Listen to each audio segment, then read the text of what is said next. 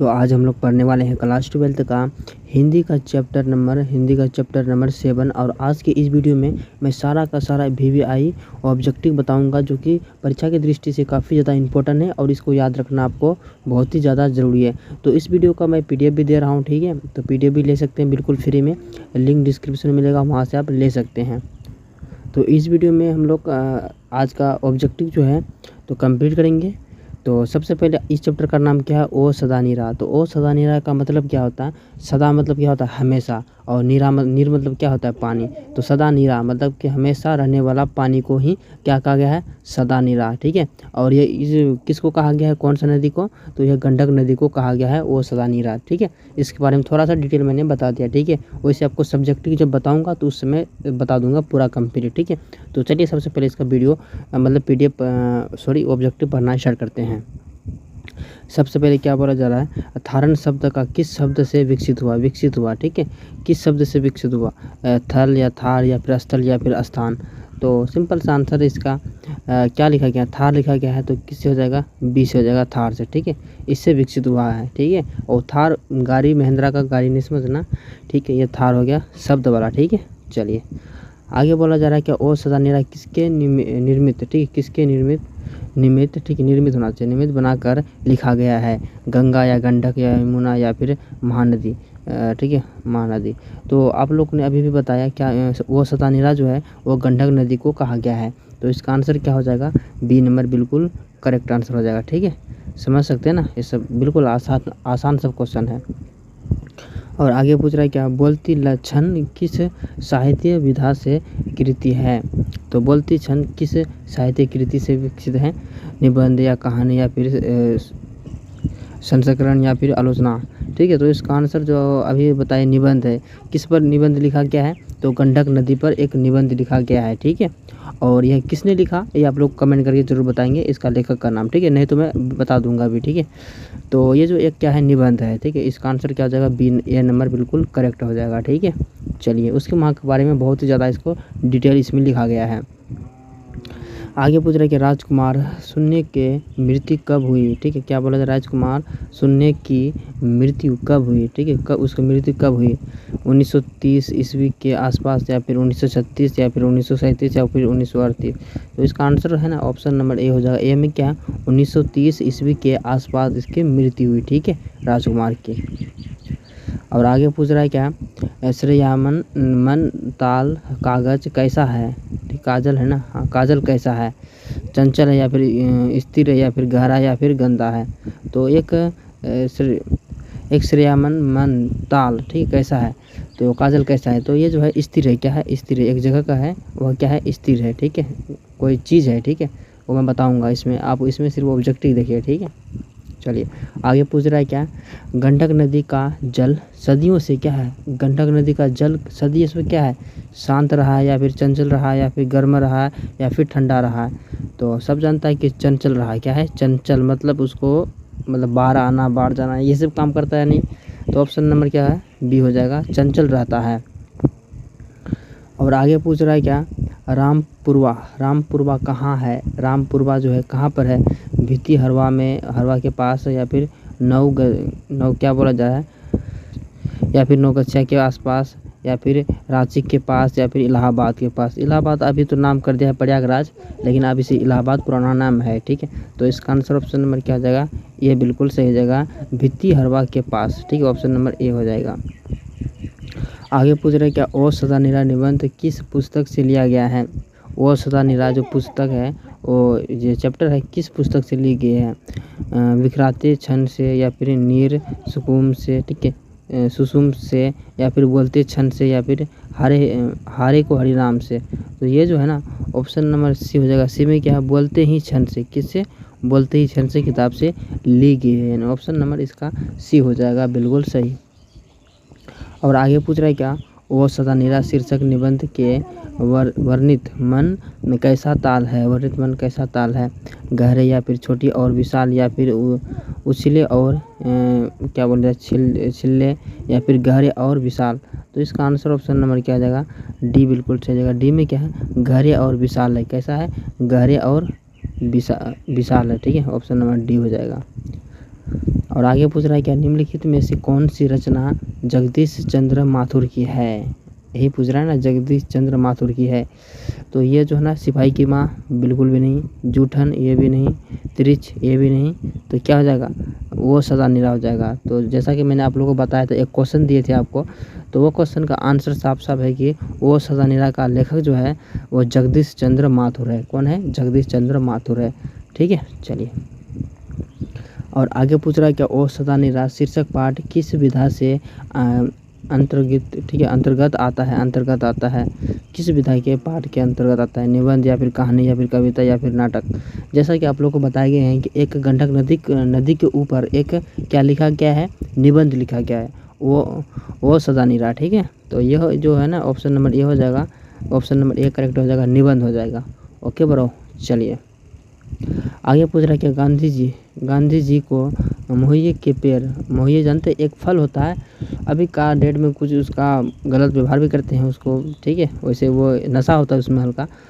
और मोहिए, ठीक है, मोहिए का पेड़ होता है कि नीचे किस जगह दी गई थी, मतलब समझिए गांधी जी को मोहिए के पेड़ के नीचे दी गई थी किस जगह, मुखिया ने या फिर ग्रामीण ने या छठ मठ के महंत ने या फिर उसके भाई ने।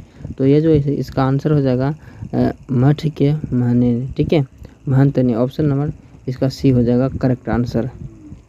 आगे पूछ रहा है कि गांधी जी की सिपाही की झोपड़ी ... ठीक है, ने जला दिया था, मतलब किसने जला दिया था, गांधी जी की झोपड़ी को किसने जला दिया था, ग्रामीणों ने या फिर युवक यानी जवानों ने, मतलब युवकों ने या फिर एमएन साहब के कर्मचारियों ने या फिर छात्रों ने। ठीक है, ये तो जला दिए थे, एमएन साहब के कर्मचारियों ने जला दिया था किसका, गांधी जी की झोपड़ी। ठीक है, चलिए खाली जगह में उसको भर देना है, बस काम खत्म। आगे पूछ रहे क्या बहुजन संप्रेषण के माध्यम पुस्तक किसने लिखा था, बहुजन संप्रेषण के माध्यम से पुस्तक किसने लिखा था, जयप्रकाश नारायण या फिर जगदीश चंद्र माथुर या फिर मलियज या फिर मोहन राकेश। जैसा कि आप लोग ने बताया यह जो है ऑप्शन नंबर बी हो जाएगा, बी में क्या है, जगदीश चंद्र माथुर हो जाएगा, इसका आंसर बिल्कुल सही हो जाएगा बी नंबर। और आगे पूछ रहा है क्या जगदीश चंद्र माथुर मूलतः क्या थे, और जगदीश चंद्र माथुर मूलतः क्या थे, निबंधकार थे या फिर कहानीकार थे या फिर नाटककार थे या फिर उपन्यासकार थे। तो ये जो थे ना वो थे एक नाटककार थे, क्या थे, एक नाटककार थे। ऑप्शन नंबर इसका सी हो जाएगा। चलिए, और आगे पूछ रहा है क्या चंपारण क्षेत्र में बाढ़ आने का मुख्य कारण क्या था। जो वहाँ का जो एक जिस पर गंडक नदी पर जो टिप्पणी लिखा है, निबंध जो लिखा गया है, तो वह निबंध किसके बारे में लिखा गया, एक चंपारण से पानी होते हुए आते थे, ठीक है, नदी के किनारे में, जैसे आप लोग जानते हैं कि वहाँ का फसल थोड़ा उपजाऊ होता है, तो उसी तरीके से बोला कि चंपारण क्षेत्र में बाढ़ आने का मुख्य कारण बताओ। मुख्य कारण क्या है, जंगलों को काटना या फिर नदियों को अभिकता या फिर नदियों की तीव्र धारा या फिर इनमें से कोई नहीं। तीव्र धारा मतलब समझे, यानी कि तेज़ी से बहना। तो इसका आंसर ऑप्शन नंबर ए हो जाएगा, जंगलों को काटना। अभी जैसा कि आप लोगों को पता था कि अभी इंडिया में, ठीक है, बहुत ही ज़्यादा सेल्सियस डिग्री धूप बढ़ रहे थे, ठीक है, तो उसके कारण साफ साफ होता है कि एसी वगैरह पेड़ को काट के एसी लगाना, ऐसे बहुत कारण होते हैं पेड़ को काटने का, ठीक है, उसके कारण अभी हम लोग को धूप से सामना कर रहे हैं, गर्मी से, ठीक है। तो इसका आंसर ऑप्शन नंबर बिल्कुल ये हो जाएगा, जंगलों को काटना। आगे पूछ रहा है कि माथुर जी किस राज्य के शिक्षा सचिव नियुक्त हुई है, ठीक है, नियुक्त हुई है, सचिव लिखा है ना, सचिव नियुक्त, तो इसका आंसर ऑप्शन नंबर ए हो जाएगा। ए में क्या, मध्य प्रदेश में, ठीक है, ये सब नहीं होगा, ऑप्शन नंबर ए हो जाएगा, मध्य प्रदेश, इसका आंसर सही हो जाएगा। आगे पूछ रहा है क्या ओ सदा निरा निबंध बिहार के किस क्षेत्र की संस्कृति पर लिखी गई है, तो किस लिखी गई है, सारण या फिर तिरहुत या फिर मिथिला या फिर चंपारण। तो इसका आंसर ऑप्शन नंबर क्या हो जाएगा, डी हो जाएगा। डी में क्या है, चंपारण हो जाएगा, ठीक है, डी में क्या है, चंपारण। आगे पूछ रहा है कि राजा हरि सिंह देव को गयासुद्दीन तुगलक का सामना कब करना पड़ा था, उसका कब सामना करना पड़ा था। वो तो हिस्ट्री का क्वेश्चन आ गया, फिर भी पढ़ लो, आप लोग को तो हिस्ट्री है ये। तो ये जो है ना ऑप्शन नंबर सी हो जाएगा, 1325 ईस्वी में। कब, 1325 में, ऑप्शन नंबर सी हो जाएगा। अंग्रेज ठेकेदार ने किस चीज़ की खेती का विस्तार किया था? किस चीज़ का खेती का विस्तार किया था? दलहन या फिर नील या फिर गेहूँ या फिर तिलहन? तो ये जो है ना ऑप्शन नंबर बी हो जाएगा। बी में क्या है? नील की खेती। क्योंकि खाना तो यहाँ हम लोग खाना के लिए तरस गए थे, लेकिन वो लोग नील उपजवा कर अपने देश लेके जाते थे और बहुत ज़्यादा मोटे मोटे पैसा कमाते थे। ठीक है, तो चलिए तो ऑप्शन नंबर बी हो जाएगा, नील हो जाएगा। ठीक है, नील जानते हैं ना, जो कपड़े में देते हैं नील, जो ब्लू कलर का होता है, ठीक है, उसको कहते हैं नील, अगर नहीं जानते हैं तो। और आगे पूछ रहा है क्या? पुंडलिक। ठीक है, पुंडलिक जी कौन थे? पुंडलिक जी कौन थे? तो गांव के मुखिया थे या फिर शिक्षक थे या फिर चिकित्सा थे या फिर राजनीतिक नेता थे? ये जो थे ना शिक्षक थे। क्या थे? एक शिक्षक थे। कौन? पुंडलिक जी ने एक शिक्षक थे। ऑप्शन नंबर बी हो जाएगा। आगे पूछ रहा है निम्नलिखित में से कौन सा नाटक जगदीश चंद्र माथुर सचिव है? जगदीश चंद्र माथुर सचिव है, सॉरी यार क्या बोल रहा हूँ यार, रचित है। ठीक है,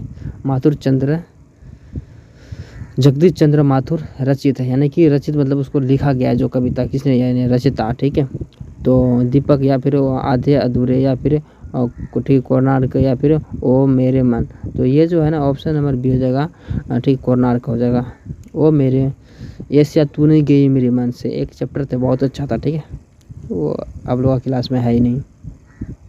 आगे पूछ रहा है कि पुंडलिक जी ने निर्भीकता, ठीक है, निर्भीकता किससे सीखी थी? निर्भीकता किससे सीखी थी? तो ये जो सीखी थी ना गांधी जी से सीखी थी। किससे? गांधी जी से सीखी थी। ऑप्शन नंबर बी हो जाएगा बिल्कुल सही आंसर। और आगे पूछ रहा है क्या? माथुर जी को भित्ती हरवा पहुँच कर कौन मिले थे? ठीक है, कौन मिले थे? गांधी जी या फिर गोखले जी या फिर पुंडलिक जी या फिर इनमें से कोई नहीं? तो ये जो है ना पुंडलिक जी मिले थे। कौन मिले थे? पुंडलिक जी ने मिले थे। ठीक है, हरवा पहुँचकर, भित्ती हरवा पहुँचकर। निम्नलिखित में से कौन सी उपाधि माथुर जी को मिली थी? कौन सी उपाधि माथुर जी को मिली थी? विधा प्रदक्षिणा या फिर विधा वारिधि, ठीक है, वारिधि या फिर विधा कामिनी, ठीक है, कामिनी, इनमें से कोई नहीं। क्या क्या वर्ड लिखा है यार, समझ में नहीं आता जल्दी। ये हो जाएगा ऑप्शन नंबर बी हो जाएगा। ठीक है, विधा वारिधि। ठीक है, ऑप्शन नंबर बिल्कुल सही जाएगा बी नंबर।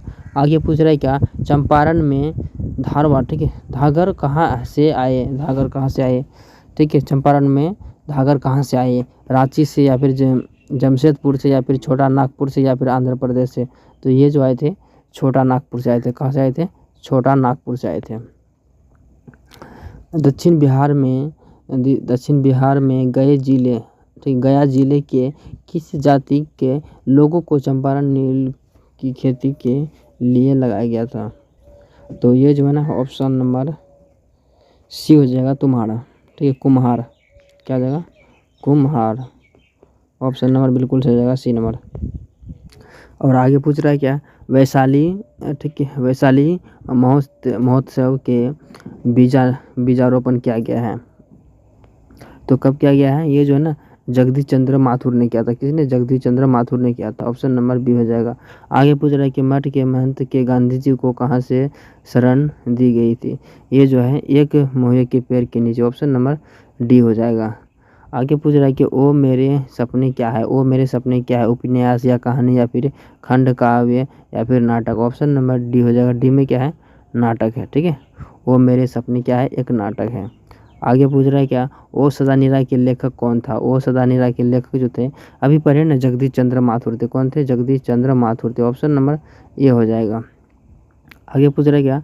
राजा हरि सिंह देव को किसका मुकाबला करना पड़ा था? किसका मुकाबला करना पड़ा था? ये जो गयासुद्दीन तुगलक का मुकाबला करना पड़ा था।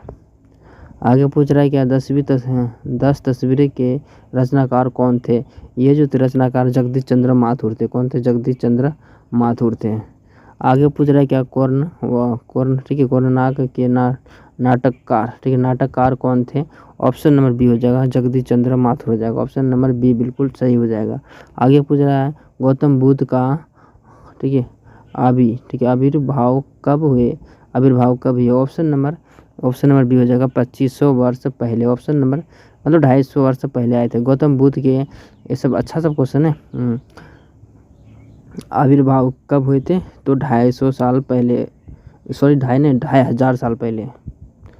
चलिए आगे पूछ रहा है क्या बिहार के सुप्रसिद्ध सांस्कृतिक उत्सव वैशाली महोत्सव के, ठीक है, महोत्सव का बीजारोपण किसने किया था? ये जो किया था ना, जगदीश चंद्र माथुर ने किया था। ऑप्शन नंबर सी हो जाएगा। आगे पूछ रहा है क्या जगदीश चंद्र माथुर का जन्म हुआ था? जगदीश चंद्र माथुर का जो जन्म हुआ था, ये जो हुआ था 16 जुलाई 1917 को। कब? 16 जुलाई 1917 को हुआ था। ऑप्शन नंबर इसका ये हो जाएगा। आगे पूछ रहा है क्या तीन काठिया प्रथा का संबंध है? तीन काठिया प्रथा का संबंध किससे है? ये नील से है। किससे है? नील से। ऑप्शन नंबर डी हो जाएगा। ईख से नहीं, ईख मतलब क्या होता है? गन्ना, ठीक है, तंबाकू या फिर मसालों या फिर नील।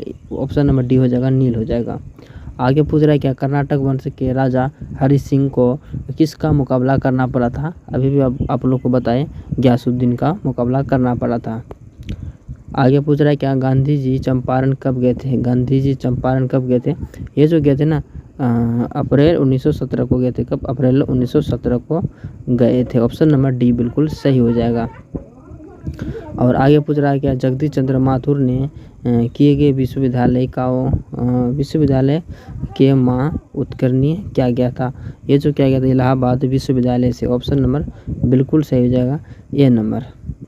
और आगे पूछ रहा है कि ओ सदा नीरा शीर्षक पाठ के अनुसार सुल्तान के घोड़े उतर कर किस पर आघात किया गया था? तो ये जो किया गया था, किस पर आघात किया गया था? विशाल विल्टन के मन पर। ऑप्शन नंबर सी बिल्कुल सही हो जाएगा। ऑप्शन नंबर सी बिल्कुल सही हो जाएगा। और आगे पूछ रहा है धांगरे का नील की खेती के सिलसिले में कब आया गया था? ऑप्शन नंबर इसका ये हो जाएगा। ए में क्या है? 18वीं शताब्दी के अंतर्गत में। ऑप्शन नंबर बिल्कुल क्या हो जाएगा? ये हो जाएगा। और आगे पूछ रहे क्या ओ सदा नीरा पाठ के अनुसार गांधी जी ने आश्रम की विद्यालय कहाँ से स्थापित किया गया था? ये जो किया गया था, ठीक है, बरहरवा मधुबन के भित्ती हरवा में। ऑप्शन नंबर इसका डी बिल्कुल सही हो जाएगा। और आगे पूछ रहा है क्या ठीक है, वसुधरा भोगी ठीक है, मानव को और धर्माद मानव एक ही सिक्के के दो पहलू, और यहाँ पंथी किसके द्वारा लिखी गई? एक सिक्के के दो पहलू, जैसा चित्त और पट। तो ऑप्शन नंबर इसका डी हो जाएगा। डी में क्या है? जगदीश चंद्र माथुर हो जाएगा। ऑप्शन नंबर डी सही हो जाएगा। और लास्ट और आखिरी क्वेश्चन में पूछा गया है ओ सदा नीरा शीर्षक पाठ के अनुसार सन 1968 के बार के एक दृश्य जिन्होंने देखा है कि उन्होंने रामचरित्र मानस के किस का क्रोध रूप नदी के बार याद आई है? यानी कि उस नदी का बार को याद क्या है? बहुत क्रोध मतलब गुस्सा। तो ऑप्शन नंबर इसका सी हो जाएगा। सी में क्या है? के ऑप्शन नंबर सी बिल्कुल सही हो जाएगा। तो बताओ आज का वीडियो कैसा लगा? तो वीडियो में कहीं भी थोड़ी सी कुछ भी अगर होता है तो आप प्लीज़ उसका एडजस्ट कर लेंगे। तो वीडियो कैसा लगा मिलते हैं नेक्स्ट वीडियो में, तब तक के लिए आप अपना ख्याल रखिए।